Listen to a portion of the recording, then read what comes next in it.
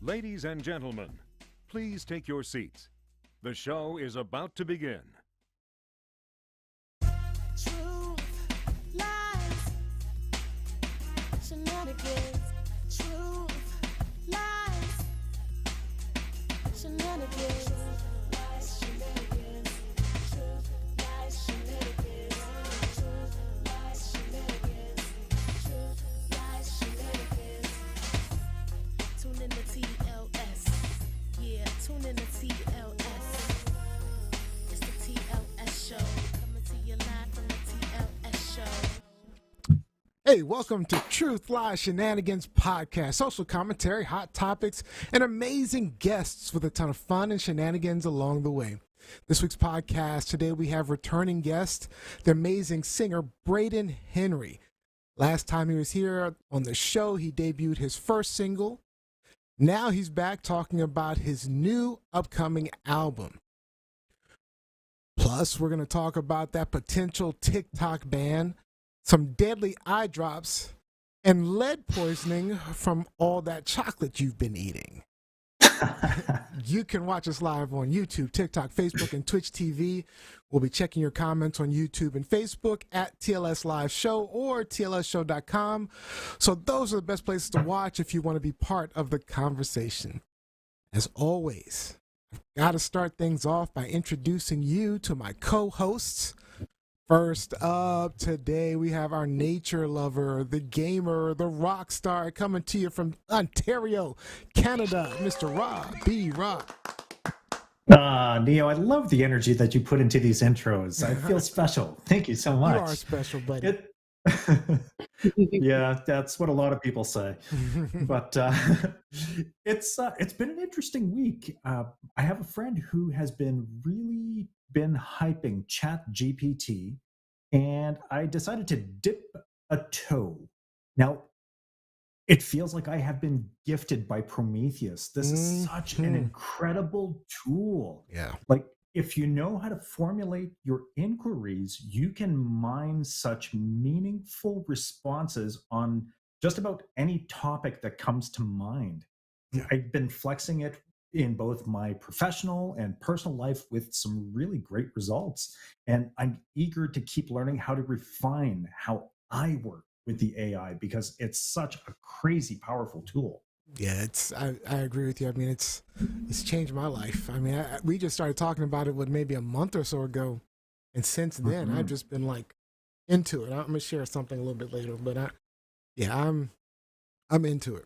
It's absolutely changed my life. Have you used Dr. J? Have you used AI at all? Like AI tools, like ChatGPT or? No. Let me tell you, it will change your life if you start. Mm-hmm. You know how spell check changed your life? This is Yes, because I can't spell. This is like 20-fold, 100 times. Yeah, fold. like Grammarly does one job for you, and like the ChatGPT AI will do that job and others. Incredible. Yeah. Oh, I have just to check it out. absolutely incredible. Yeah, absolutely. All right. Next up, we have the loving mom, pet lover, and our veterinarian coming to you from Washington, D.C. area, Dr. Robin Johnson, a.k.a. Dr. J. Hello, everyone. It's good to be back, and I'm looking forward to these topics here because there's some interesting stuff tonight. Definitely. Yep. So what you been up to lately? I hear you've had a busy week. Yeah, it has been, always busy. The animals are always getting in some kind of trouble or another.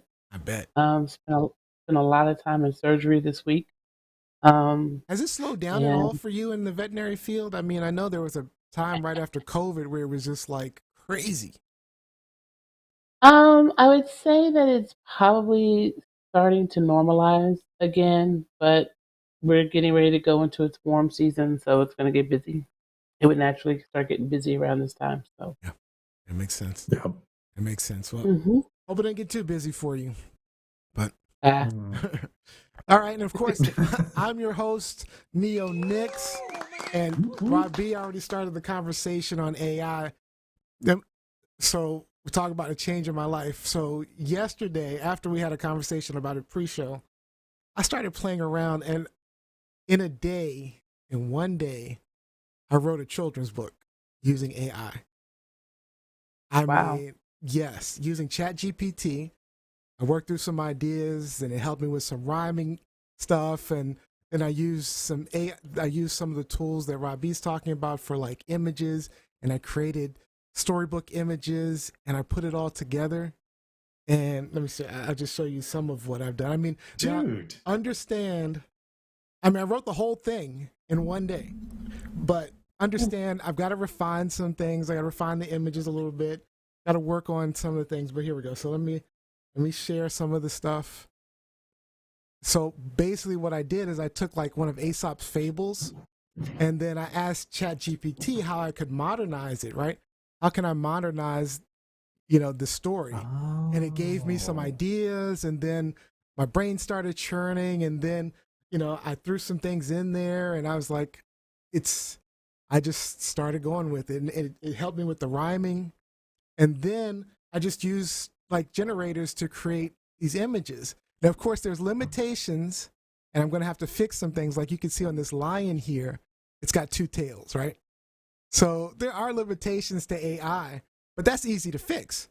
But trying to draw these images, right? I mean, it would take days, weeks, months, but literally in a day. And I'm gonna send it to you, Rob B, to take a look at. But Wow, but I'm impressed. I've got to edit it. I've got to refine some of the images, because like even if you look at like one of these, you can see like some of the faces are a little messed up, or it has double eyes, or the hoodie's backwards. But those are some things that You are never easy heard of to crisscross? You never heard of crisscross? fix. Come on. But those are things that are easy to fix. You know what I'm saying?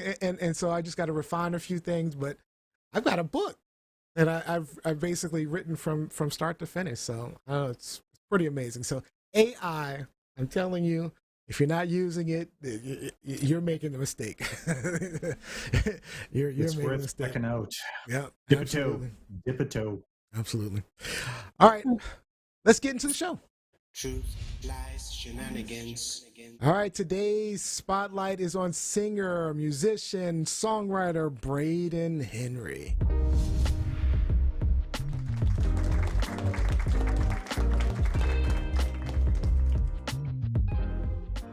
Hey, Brayden, what's up? Oh, Welcome back. Hey, how's it going? Thank you for having me. Thank you for coming. so everyone, please welcome back to the show Sudbury's very own Brayden Henri. We're thrilled to have Brayden with us again to showcase his latest single, I Lost My Girl, and to talk about his next project. So, Brayden, great to have you back, buddy. And my first question to you: how does your upcoming album differ from your previous work, and what new directions or themes are you exploring in this one? I feel like it's a little bit than my previous work, just because I'm starting to find my sound a little bit more and, you know, realize what I want to share as music to people, message that I'm trying to share as well. So, and also, the style of music that I'm doing is a little bit different. From song to song, the genre of music that I'm making changes a little bit. Some is more acoustic and guitar based. Some is more piano, and some have more MIDI based inspiration. So So I'm curious, Brayden, yeah, I'm excited. what's been going on? I mean, but I'm curious what's been going on in your life since the last time we saw you, because you dropped that EP, right? And we listened to your debut single, "Moving On," when you were on the show. And what's happened since then? I mean, have you seen that growth that you were looking for? Have you been received well? What's going on with you since that time?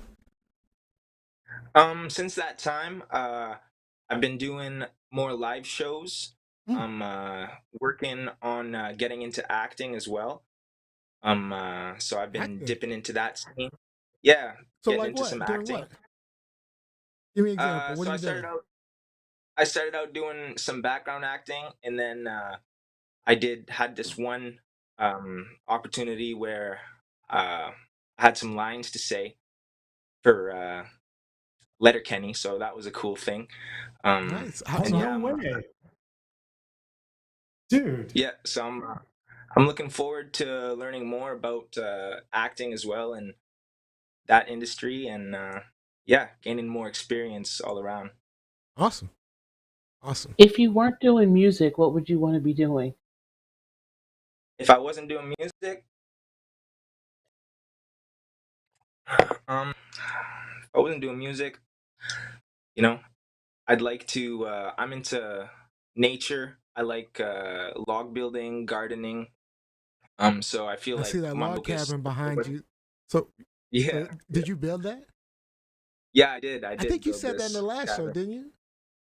Yeah, I Mhm. might have. I don't remember, but So you built it from yeah. the So ground up with your dad, right, or something like that, if I recall. yeah, with my dad and my grandpa, yeah, we cut all the trees off the property here and peeled them and put them together, cut them, notch them, scribe them. Man, that's amazing. Yeah, That's crazy. it's quite a process. I enjoy Yeah. it. I enjoy, you know, seeing the process of how it starts and how it ends.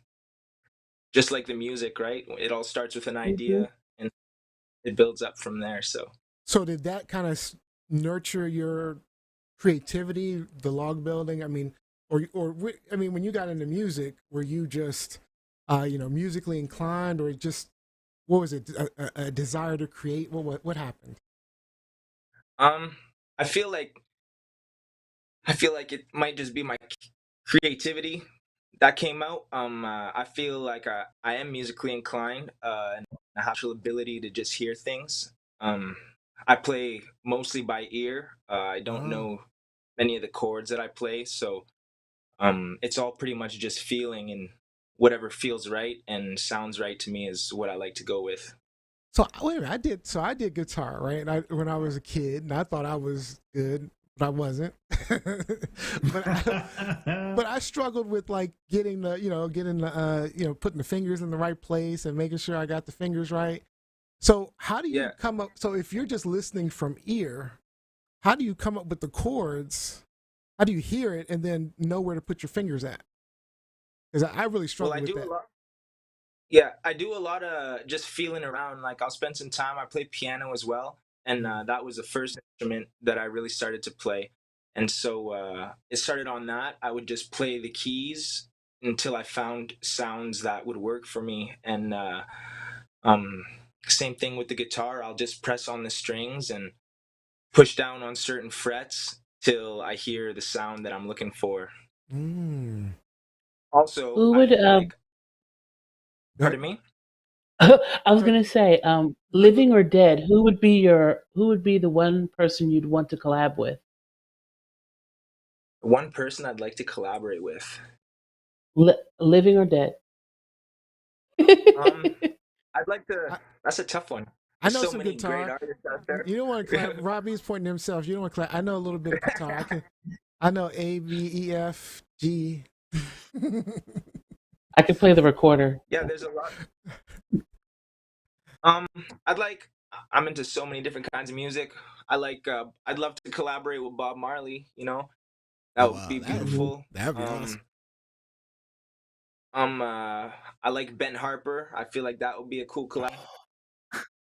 Um, Yeah. I don't know. It's a difficult question. There's too many to pick from though. So you got the dreads, right? And so you said Bob Marley. So do you pick up a lot from reggae style? Is that ingrained in what you do?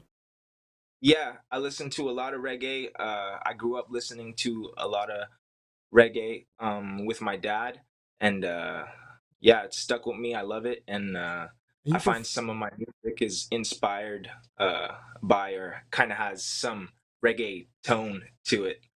and I could hear that. I could hear that in the music. I'm curious, like, do you prefer like the Bob Marley reggae, like the old school stuff, or more the '90s dance hall, or more of the newer reggae that's coming out now?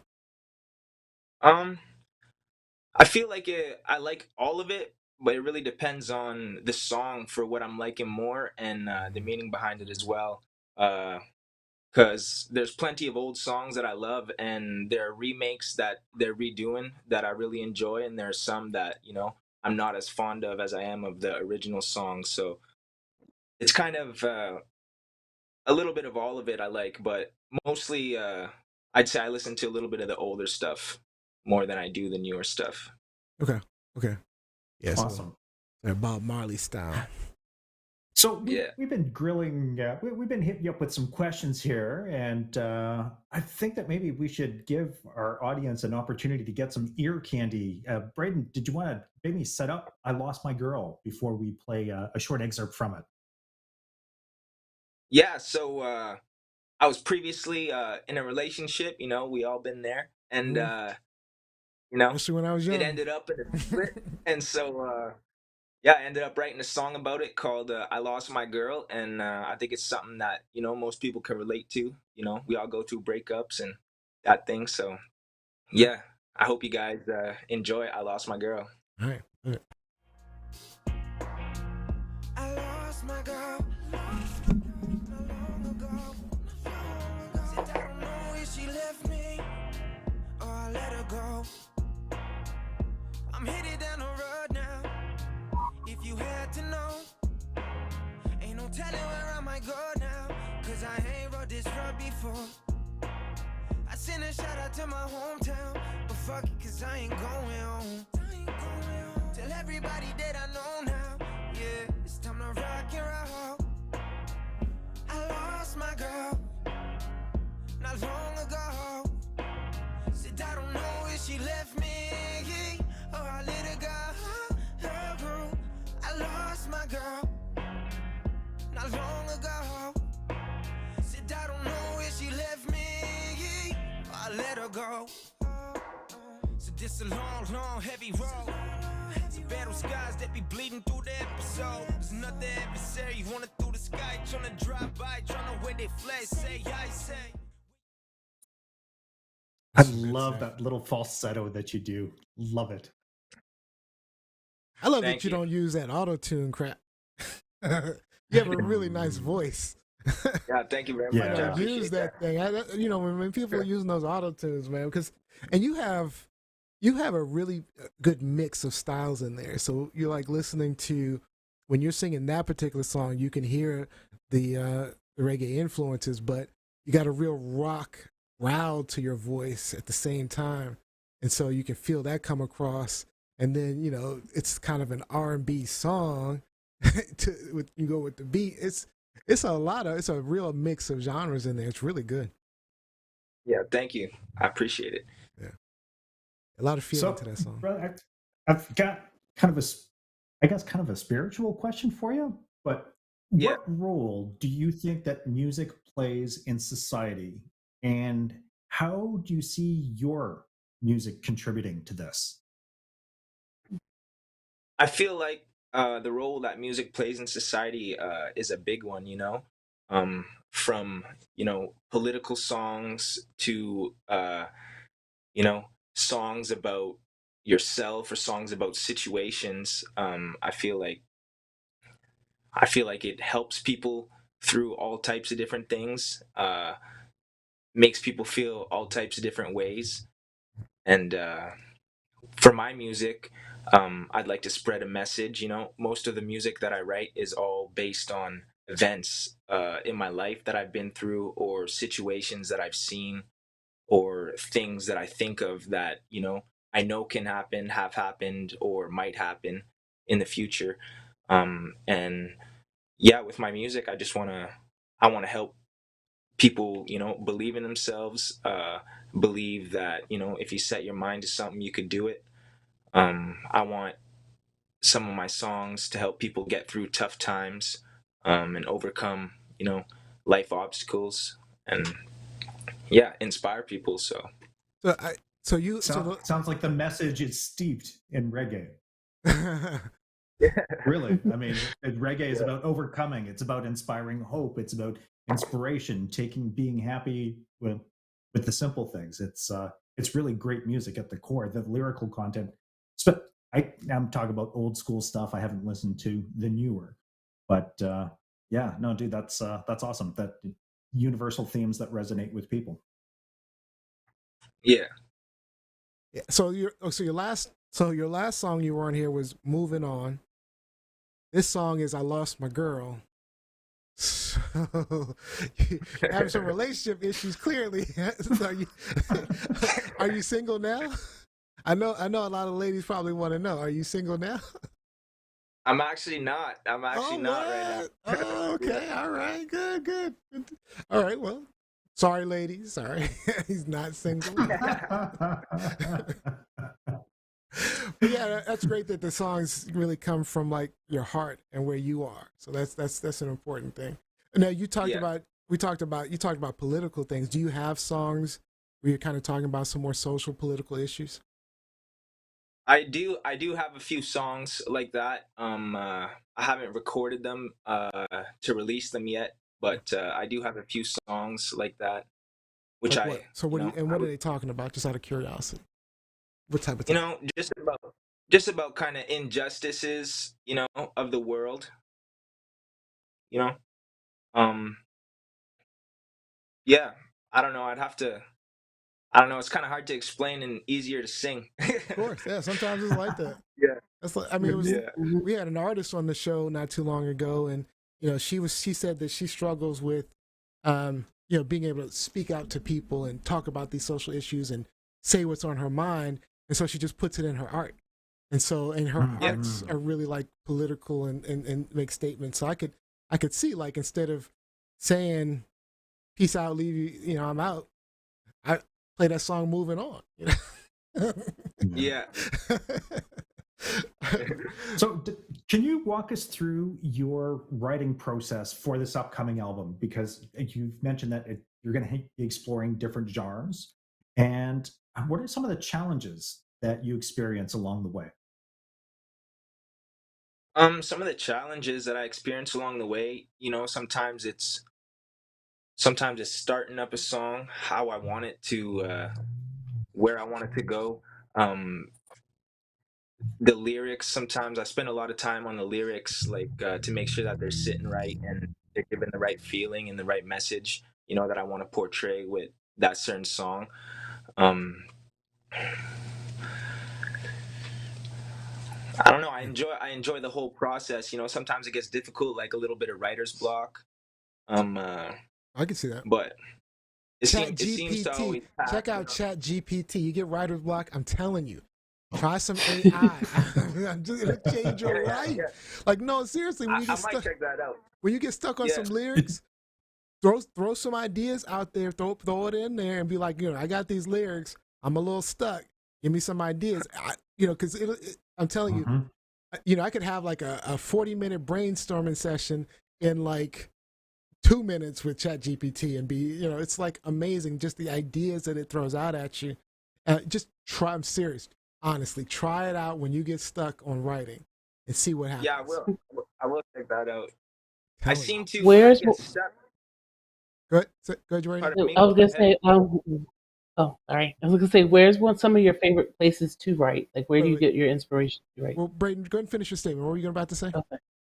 I don't remember. Okay, Sorry. go ahead, Dr. J. I'm sorry. I was gonna say, where are some of your like places to write? Like, I know like Lin Manuel, wrote like a lot of Hamilton on the subway and like gave it a credit. Yeah. So like, where are some of your favorite places to write? Get inspired. My favorite place to write, where I feel most inspired, is actually here. In your log I cabin? have my keyboard. Yeah, my log cabin. I have my keyboard, my guitar, my drum pad, my mic, and I have a loop pedal. So most of my songs, when I'm building them, they start off with a loop, and then I'll play around with different sounds and see where I want to go with it. So yeah, usually here, or if I'm I like to be in the nature. So that'd be a place. I have a river that runs through my property that I like to go sit at and play my guitar and come I up like with stuff there. But yeah, mostly in the nature or in my log cabin here. that. Quick comment Amazing. online. Quick comment online from Mike Winter. He says, "You did not just tell an artist to have AI write lyrics. Bless your heart. I did not tell him to have AI No. write lyrics. I told him to help to work with the AI to help get over his writer's block. The AI doesn't. I mean, it can write lyrics for you if you wanted to, but what it can do is like just give you ideas to help keep your mind flowing. So like when you get stuck and you say, "Look, I got these lyrics and I'm kind of stuck on where I am," you can actually write those what I just said. The exact words I just said. What are some different theme ideas that I can use to get to this? And it will throw ideas out at you. And if you don't like them, hey, can you give me 5 more? Yep. Hey, can you give me 5 more? And all of a sudden you've got this, and that's it. It's that brainstorming capability. Like when you're in the writer's room with someone, you're bouncing ideas off of them. Similar thing. And like Brayden, if for collaborations, if you're trying to email someone back and forth, just getting ideas, that can be tedious. It can take days, and you can have that experience in about 30 minutes with ChatGPT, just that brainstorming. If you know how to ask the right questions, you can get really good responses and feedback on what you're doing. It's pretty crazy.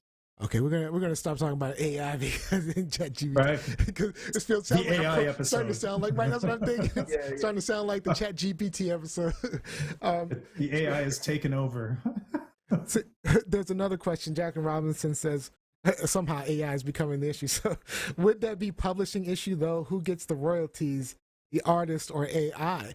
But I have to reiterate, it's not the AI is not writing the lyrics. It's just giving ideas. It's pushing ideas out there. That's all it is. It's helping you get. It was like when I was doing the book. I mean, it didn't write the book for me. It was just a matter of, okay, here's some ideas. And then I started to kind of like roll with it, and just took me minutes. Mm-hmm. Yeah. Anyway, let's get off of that subject. Any final question? I want to give Dr. J one last final question before we kind of shut down here. Oh dear. Unless Robbie, you have a question. I was gonna say, is it easier to write about breaking up or finding love? Oh, that's a good question. I feel like they're both. I don't know. They're both fairly the same, I believe. I would say. I feel like it depends what you're going through. Like, sometimes when you're alone, you know, you're probably me myself when I'm alone is like I want to, I'd like a relationship or something. I feel more inclined to write about that. But if I'm coming off of a breakup, I'll feel more inclined to write about that just as it's something I'm going through. I have a easier time what's the word, relating to it. So yeah. But I feel like so when it comes to creative mojo, would you say that it's easier to draw upon a place of happy or a place of pain? Good question. It might be a little bit easier to draw from a place of pain, I feel like. Yeah, I could see that. Yeah. I can see that because, I'm thinking of Olivia Rodrigo, and she wrote that whole album about breakup. Her whole album was just like bad relationship stuff. It was like, child, please talk to somebody. Right. Yeah, that's an interesting thing because I think we've talked about that before on the show. That dealing with pain through your music seems to be easier or more common. Or the best. It seems like the people that put out the best albums or the best music went through some shit. It just true that. It just seems like they it's just amazing. So yeah. All right. So Brayden, unfortunately we are out of time. But I did want to give you a minute to let people know where they can find you and support you, and any final words that you'd like to leave us with. I'd like to thank you guys again for having me here. You guys could find me on social media under Brayden Henri. I'm on Instagram, I'm on TikTok, I'm on Facebook, Spotify, iTunes, any major music distribution platform. And spread love, stay positive. When you think, when you're down, you know that you could always get back up. So I'll leave you guys with that. And Nice. yeah. All right. We love having you on, Brayden Henry. And so Yeah, make sure thank you you very check out much. the new album. Do you have a name for the new album yet? The upcoming I album? don't have a I don't have a name for it yet or Okay. release date, but I will be releasing that information soon. All right. And I So can't keep a wait to share it lookout. with you. Keep a lookout, Yeah, everybody, and we'll let you know when he does release it. So thank you again, Brayden. Absolutely. Good talking to yeah. you. Thank you for having me. All Yeah. right. See ya.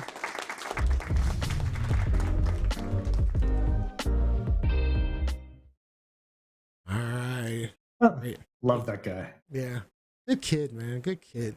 Yeah, I could see. Absolutely. I can see Pain being the bigger, and that was a good question, Dr. J, because I could see Pain being the bigger draw. It seems like, all the greats, have, Stevie Nicks' best album song was, about a breakup and made the person she Mhm. wrote about play on it. Yeah, it just really feels like it all comes from the best music seems to come from Pain for some reason. I mean, there's good music because it really does there's good resonate happy music. universally. That's true. That's true There's good too. happy music, true, but it really resonates with us. And when you're in that dark space, it's nice to feel connected. Yeah, To to not someone. Mhm. feel Mhm. alone. Yep. Yeah. Absolutely. All right, let's get into our hot topics. Truth, lies, shenanigans. So this past week, Congress just grilled the CEO of TikTok, and they're thinking about banning the app. That's right. Our kids might have to say goodbye to TikTok faster than we said goodbye to our resolutions. But let's be real. TikTok has over 150 million very active users. It's almost ingrained in our culture. It's like a virtual playground where people can showcase their talents, humor, and an absolute lack of shame. Where else can you see a grown man dressed up as a unicorn dancing to Beyonce? Sure, all the other socials are copying with reels and shorts, but none of them have come close to TikTok's success. It's a reasonable question. Is China using TikTok to collect our data? But does it even matter, right? I mean, we've given up all our privacy to private companies already. They know what we eat, what we watch, even what we dream about. And if the U.S. wanted to snoop around in that data, just like China, all they need is a warrant. It's like we're living in this giant fishbowl, and the governments are just fighting over who gets to watch us swim. So question is, what is it all about? Is this really more about money and control? Or should we be really worried about China and TikTok, especially when compared to what we're seeing with good old United States of Google and Facebook? I mean, should we just say F it and start embracing our inner exhibitionists and should just let it all hang out? Just put it out there. What do you think, Dr. J? I mean, I think that the biggest thing, like if they're worried about being able to get information, I mean, your phones listen to you. Like, forget the app itself. You think a thought, and next you have 15 ads on your phone or whatever thing you're looking at. So that already That is is there. crazy. That is crazy. I mean, you said it right. You think a thought. There's been times where I literally was like, I really kind of want this, and then it just pops up on my ads. It was crazy. Yeah. So I think that this is more of a control thing. I think it is. The more I hear about the thoughts and the things, but then the more I look at what TikTok does, and what TikTok has done is really opened up the world to a lot of insight into what's going on in other places. That a lot of people are using it as a way to promote information that's typically not been spread. You hear where did you first hear about what was going on in Iran with the women, but was from TikTok. So for me, I'm beginning to think that it's more of a way of governments trying to control the narrative, control the information that's out there, and that this app, too freely allows thinking. And Before you it's like, interrupt, I'm curious. Do you think that their TikTok is actually sharing their data with the Chinese government? I mean, I think they're probably sharing their data with whoever's paying them who paying them for it, That's fair. whether it's China, Good point. whether it's Third party. any kind of entity, any entity, like whether it's a government entity, whether it's, private entities who want to, you know, put more advertisement pinpoint to certain people. Yep. I mean, that Yep. like there's Because I Facebook don't was think sharing it's the crap out of our data. I mean, it was selling the crap out of our data. Yeah, but guys, that's on the surface, because you have to really, really stop and go behind the scenes on this stuff. The US, Canada, EU, India, among other countries, have issued orders banning the use of TikTok on government issued mobile devices because of privacy and cybersecurity concerns and the video sharing apps. I mean, that's fair, though. That tells you something right then and there, right? So in preparation for this, I did learn about another tech giant in China, and they're more than a tech giant. They're just the company that you didn't know owned just about everything, a company called Tencent. So if you think of Tencent, think about it. Their main thing is WeChat and QQ and a gamut of other products. So imagine one provider giving you your Netflix, your Amazon shopping, your Spotify, all of your online experiences. So not just your personal data and your metadata being with multiple providers at one source. And they ran rampant while there was no real government regulation. And when the CCP, the Chinese Communist Party, realized that a private company held so much information on their private citizens, they stepped in. So now the CCP has access to a lot of this, and they filter, they screen. You're talking about, we're seeing this information from the rest of the world, but where aren't we seeing it from? From China, because of strict rules and blocks that they have. It's a propaganda machine. They control the narrative, and they're mining data from everyone else. And Tencent owns a stake in ByteDance. ByteDance is the company that owns TikTok. So despite the fact that Tencent is a private company that operates independently of the CCP, it operates within all the regulatory environment that's heavily influenced by the party, and the government does exert significant over-control over its operations and decision-making. So TikTok seems like it's a social media platform, but it's much more insidious than that. They've made you go, well, this thing is the shit.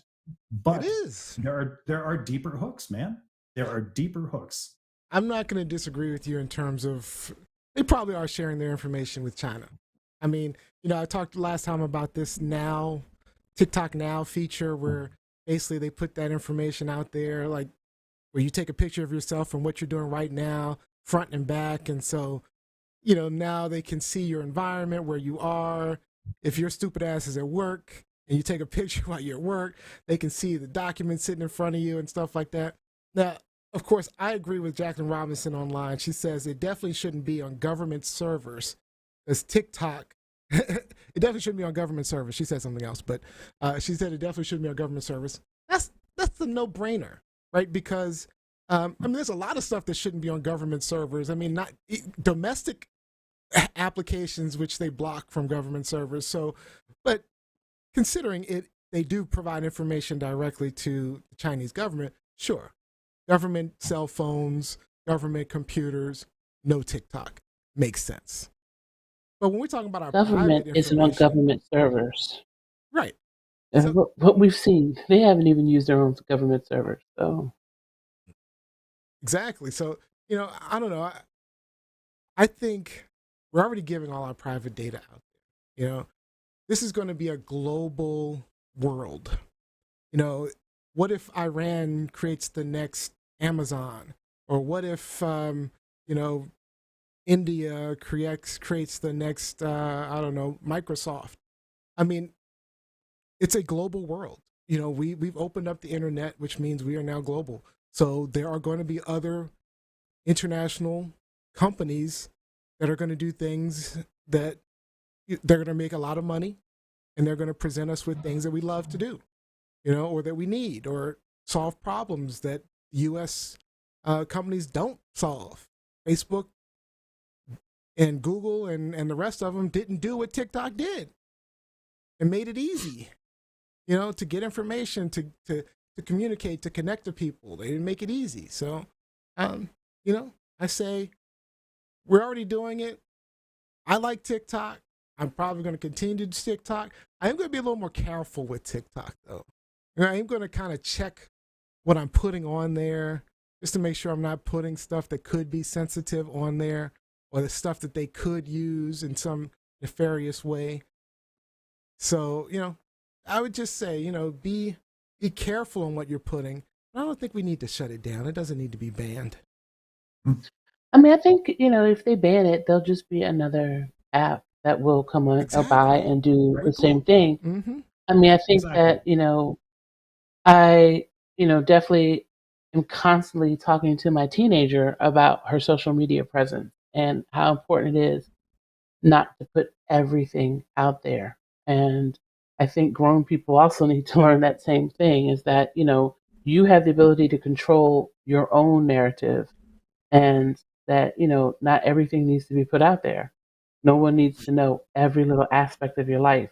So, I think that's a self-regulating issue, not a government regulating issue. That's a great point. Nature abhors a vacuum. So even if they do ban TikTok, that gives North American entities an opportunity to fill a void. And if you're going to have your data mined and sold to a government entity or provided to a government entity, it may as well be your domestic government that's exploiting you rather than a foreign government that's trying to push their ideology or filter the content or mine your data. Yeah, 100%. Mm-hmm. Let's get to these comments online real quick. Kevin Thaxton, welcome back, Kevin. he points out Temu is the next Amazon, and he says, if you're touring near government buildings, one can compile trends and patterns of life. And that's what I was talking about. The TikTok Now feature, where it basically take pictures, right? It tells you to take a picture right now, and millions of people at one point just say click, click, click, click, click, and you get a good enough computer, and it's compiling all that data of real world what's happening. Hey, I'm just touring the nation's capital. Check this. Okay, we got it. Thank you. He also said CCP, PLA, potato, tomato. To you, Robbie. Yeah. All right, Mike Winter, if you watched his testimony, I guess talking about the CEO, you would have heard him say that the company is willing to be regulated so that their data does not get sold to Chinese government.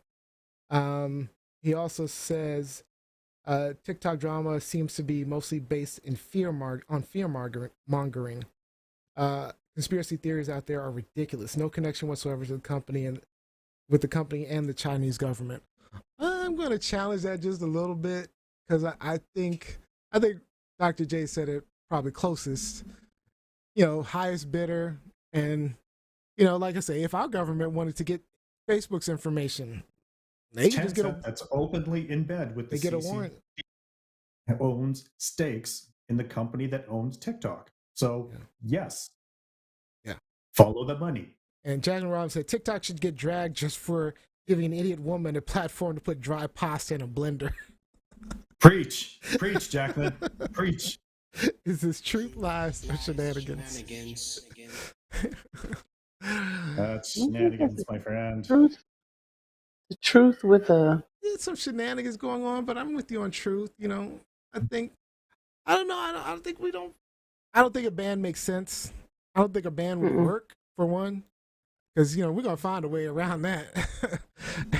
I mean, they're already like, TikTok offshoots. Like, if you follow certain people, they're already saying, "Hey, follow me on this platform now." So they're already lined up. I think it really has to do with a lot of money, because if they can get people to go to Reels and more the American organizations, then they can make a little more money in taxes. So, all right. Was there a comment from? I saw my name pop up. Neo, challenge all you want. I'm saying that this was his testimony. Yeah. And okay. Anyway. All right, so let's go ahead and get to our next topic, Dr. J. Truth, lies, shenanigans. All right, forget bungee jumping, skydiving. You really want to add some excitement to your life? Just pop in some eye drops, see what happens. Tell us what's up.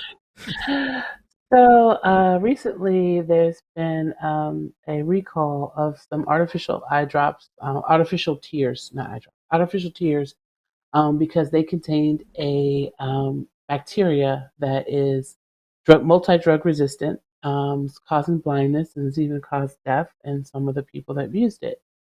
The concern that I have is that there is a rise on these multi-resistant bacteria and what that's going to mean to our future in medicine. Because if our strongest antibiotics are no longer working and these bacteria are able to survive despite them, then where is this overall health going to go? You know, what do we need to do to be good stewardship, have good stewardship of our antibiotics, and knowing when to properly ask for an antibiotic versus, oh, you have a virus, antibiotics will not work against a virus, stop asking for them. Oh, I think he hit it right on the head there. So yeah, I don't understand completely how the meds work in the US, because I know that it's a completely different system.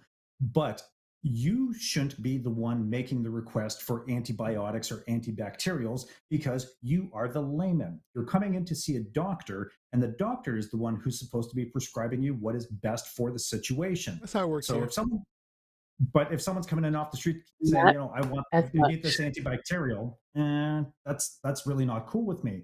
So the issue is right at the root with the physicians, with the doctors who are over prescribing antibiotics. We know that that's a thing, that they are being over prescribed. And this is I why we mean, find ourselves in this situation, or this is how we find ourselves in a situation like this. And yeah, this one was really weird, because when I did a little bit of reading, this was all linked to EsriCare products, and they're all linked. That's an India-based global pharma healthcare. So the recall affected a couple of different manufacturers of these artificial tears, because this particular bacteria usually doesn't come in through the eyes. So this is what's really kind of making it a little bit different. And for these poor people who have had their vision impacted, who have gone blind or died, oh my God, that's horrific. I don't, Absolutely horrific. I don't know that we've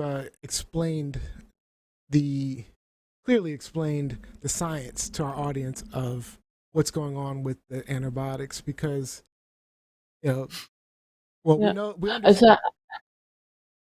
I was going to say, because like Nia, you had said something like, oh, it works the same way here. Not quite. I mean, there's been a huge shift in the last 15 to 20 years about direct marketing to the public about drugs.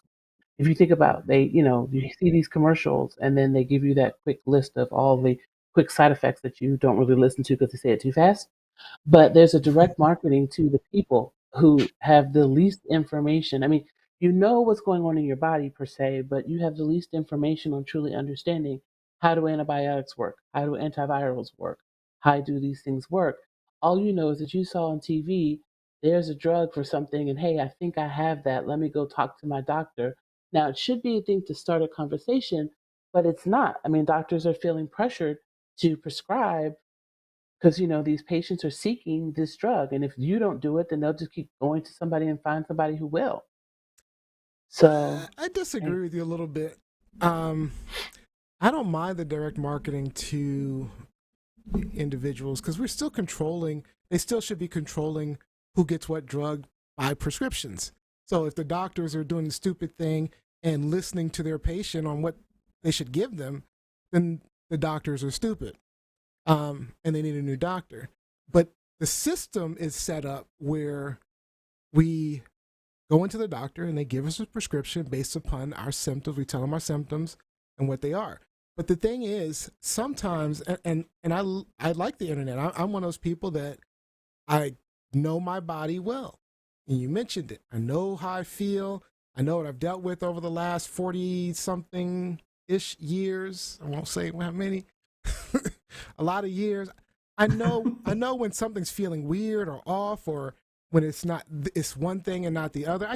I know when I'm getting sick and about to get sick, when I'm not, and I have that sense. And then when I go online and look at some of the symptoms, I can start really narrowing down the symptoms and then be able to talk to my doctor about those symptoms and I can make suggestions based upon how I feel, right? Because I'm like, look, these are all of my symptoms. And I'm one of those people, I over talk to my doctors. I give them too much information. I think my doctors get tired of me quickly, but I give them more information than than they really need. I just give it all out there.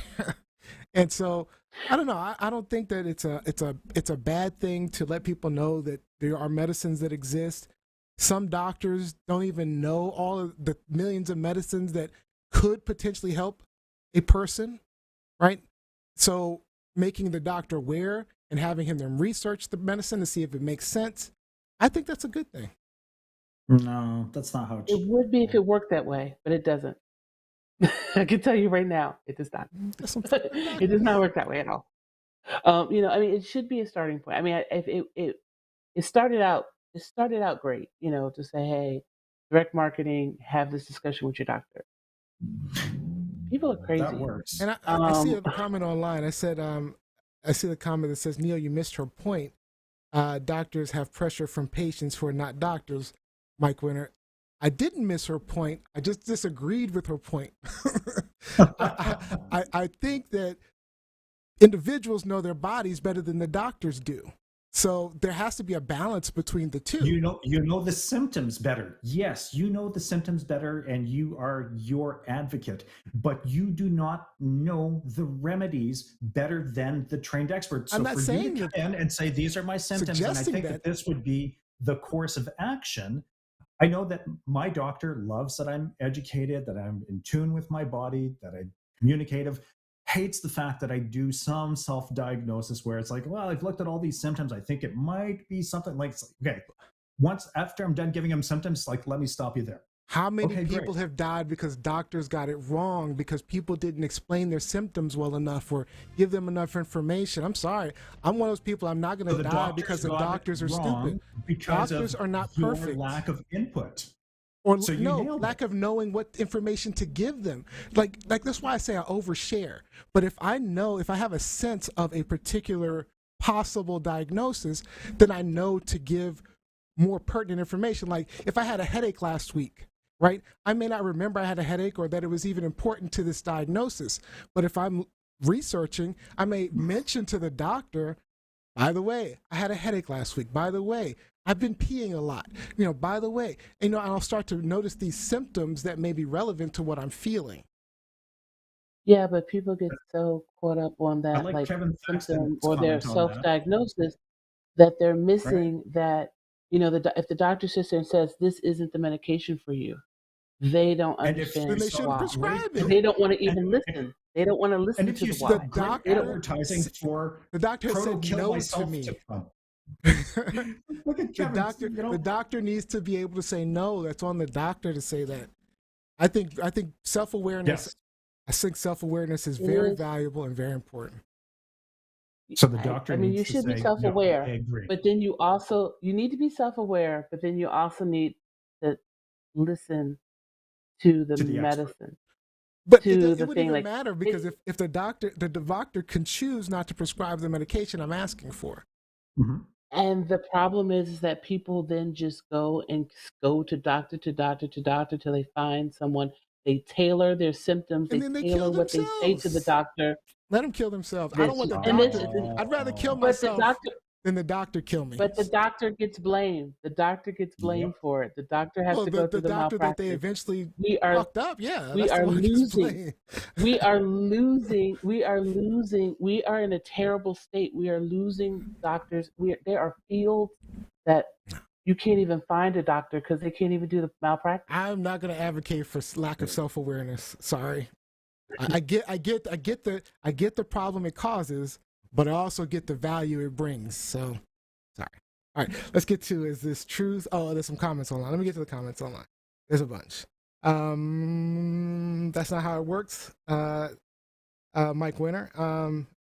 Jacqueline Robinson, mind you, we live in a country where people literally drank bleach and used a horse dewormer based on medical advice of a fool and online conspiracy theories.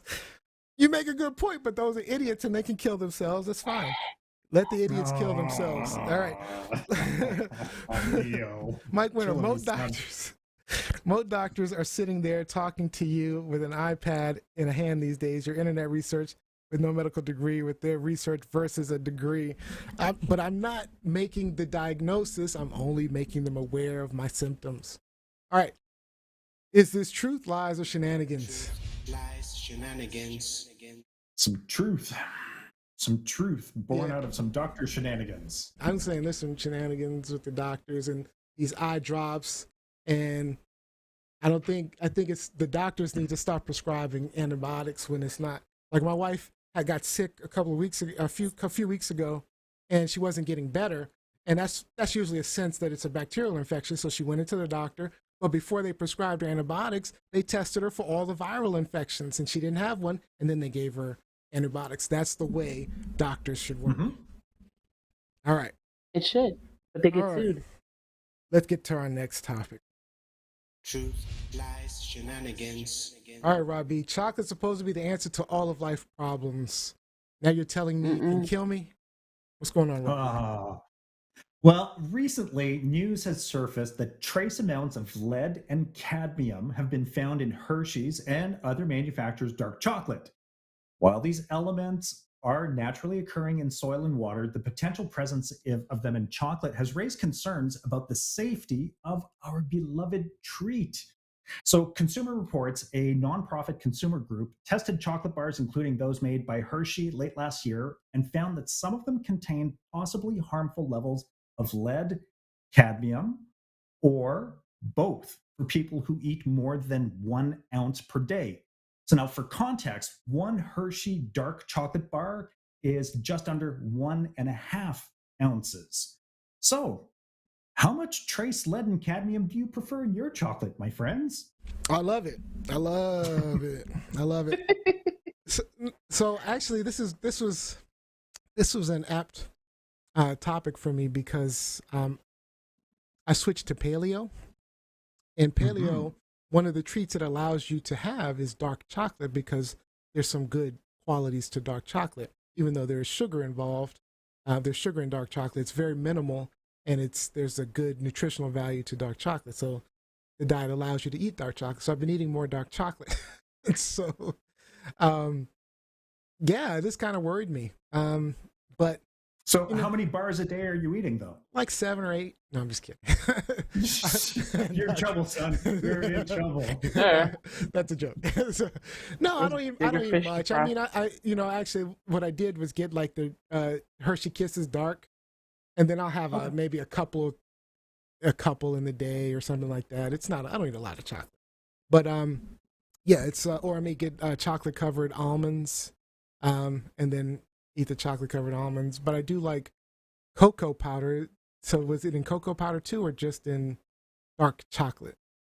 It's in dark chocolate products. Okay. Yeah. So yeah, I'm not gonna die, but I don't like having lead in my stuff because I might be drinking lead in my water as well. So, no, that's the mercury in the water. That's the mercury. So, I'm getting it from everywhere already. And if cancer's on the rise and everything throughout the world. Colorectal cancer. Yeah. All cancers are on the rise, and something's causing it. I think it's our food sources, but we're going to find out in about 20, 30 years what it all is coming from, why everybody's suddenly been dying from cancer in droves during the turn of the century. But we're going to find out what it was. It's something. It could be our microwaves, or it could be anything. But something is causing these cancers, and I think it's mostly coming from our food. I mean, I think when I'm, reading the article, then the scientist in me kicks out, and it's like, okay, they said trace amounts. I mean, there's trace amounts of death things and everything. And I mean, it was like, you had to eat a certain amount. And how much was it you had to eat, Rob? More than 1 ounce a day. If you eat more than 1 ounce a day, then you are at risk. So if you're a gourmand who enjoys more than if you enjoy 1 dark chocolate bar a day, and like this is I think it's their jumbo. That's a lot. No, they've got like Exactly. like 1.5 ounces is so. No. But What I'm saying, dark chocolate. I'm sorry. What I'm saying is that's so little that there's a lot of lead.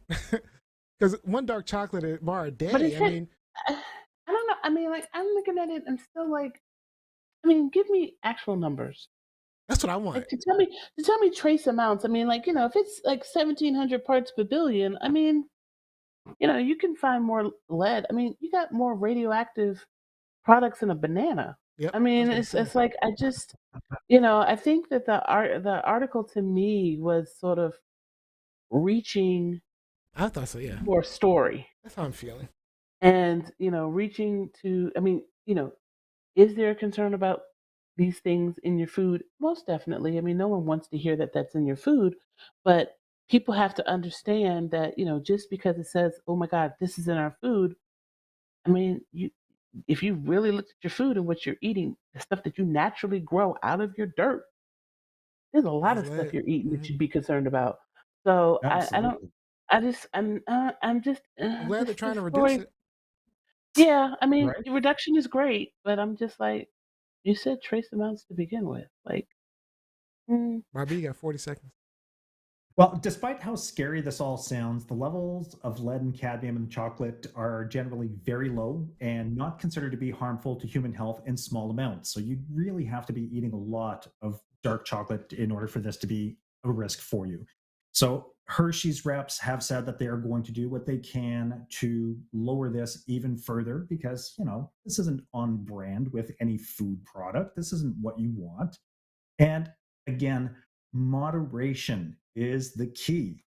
Keep it under an ounce a week. I mean, it's a dark chocolate bar. Have a piece here, a piece there.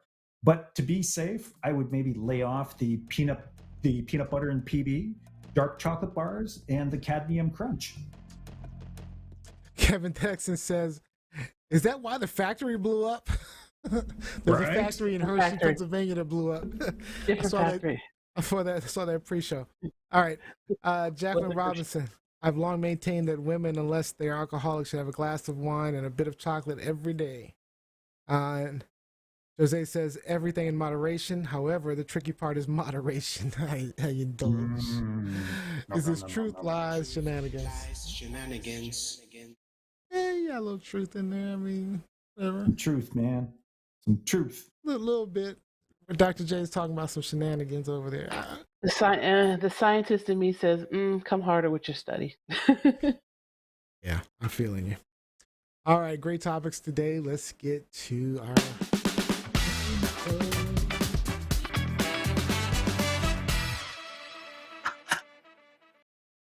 All right, people, you may not have been aware, but it is actually Women's History Month. So today's game is Women's History Month trivia.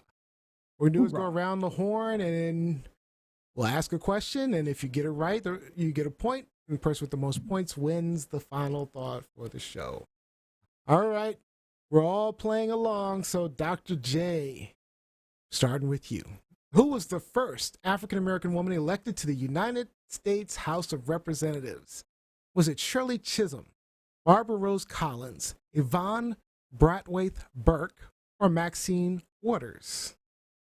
I think it was Shirley Chisholm. I think you might. Think so. We did a profile on her, I think, last year. That is correct. Yeah, she's in the 70s. All right. Shirley Chisholm was 68. elected to the U.S. House of Representatives in 1968, representing New York's 12th District. She was a founding member of the Congressional Black Caucus and became the first black candidate for mayor for a major party's nomination for president of the United States. She was also the first woman to seek a Democratic Party nomination. Pictured previously with President Clinton, Chisholm was appointed as U.S. Ambassador to Jamaica during his administration. I need some stronger glasses.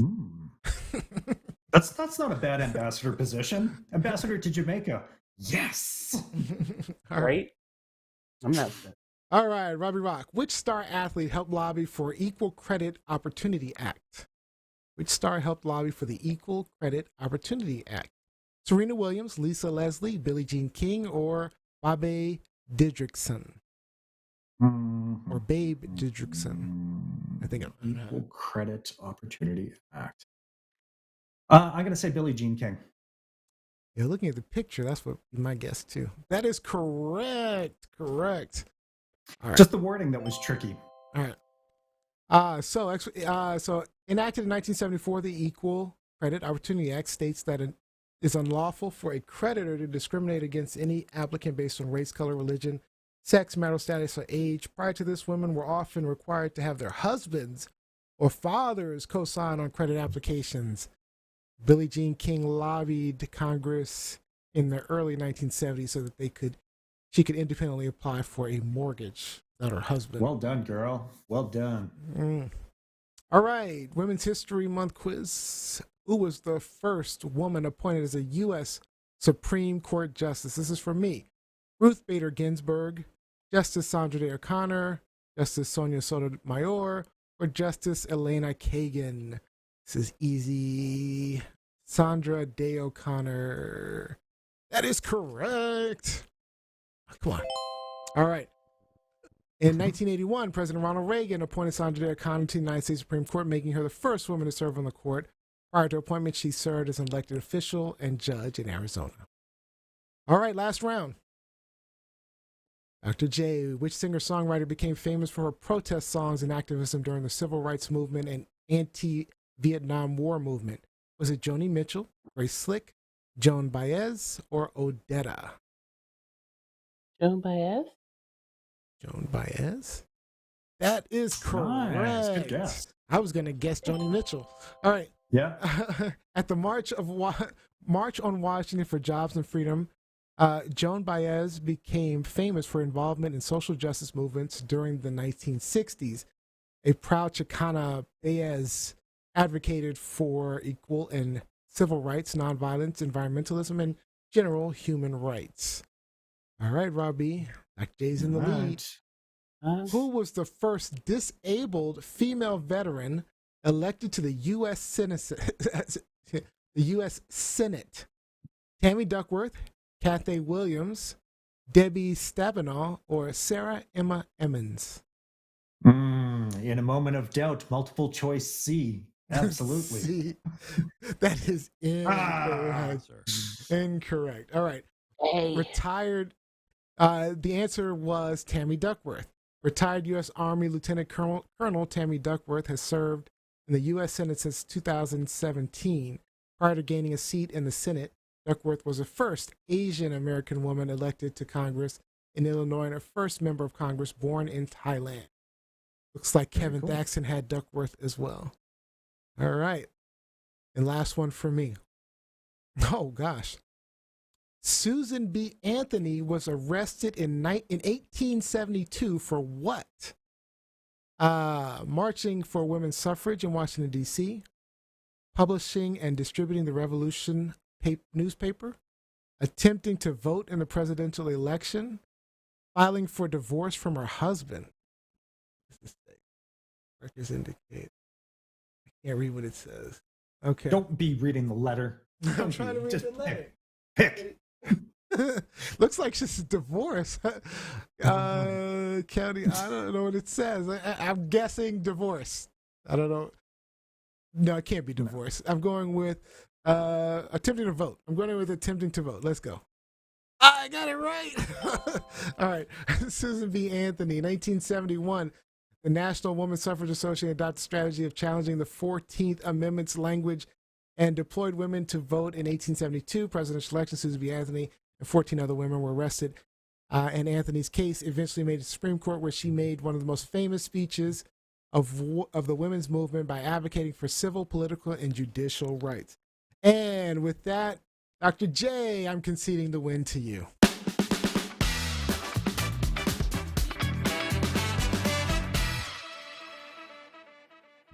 Oh, man, looks like everybody had that online. Kevin Thaxton, Jacqueline Robinson, vote. Vote. All right. Some shout outs.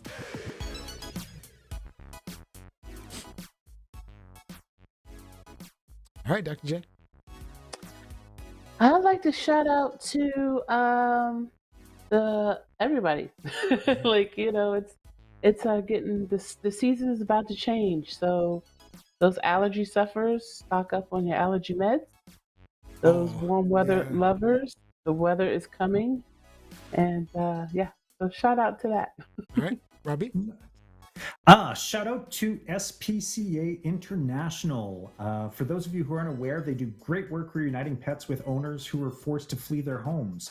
I just read a beautiful story about a girl who was reunited with her dog a year after having to flee the Taliban in Afghanistan. So hats off to them. I love it. And I am going to shout out my Instagram page at Black by AI. So again, AI generated art with black themes.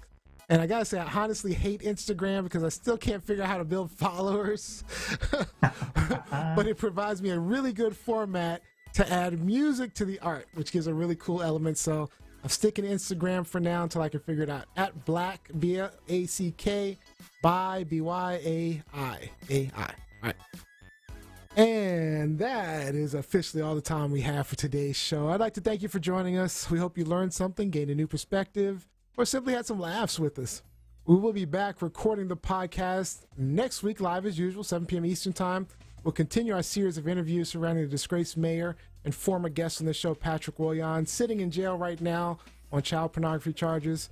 So we will be interviewing another candidate looking to be mayor of College Park. His name is Fazul Kabir. He's a really popular council member and has a really strong chance of winning. So don't forget to check us out, and don't forget to check out our video clips like our video last week with Kate Kennedy, who's also running for mayor.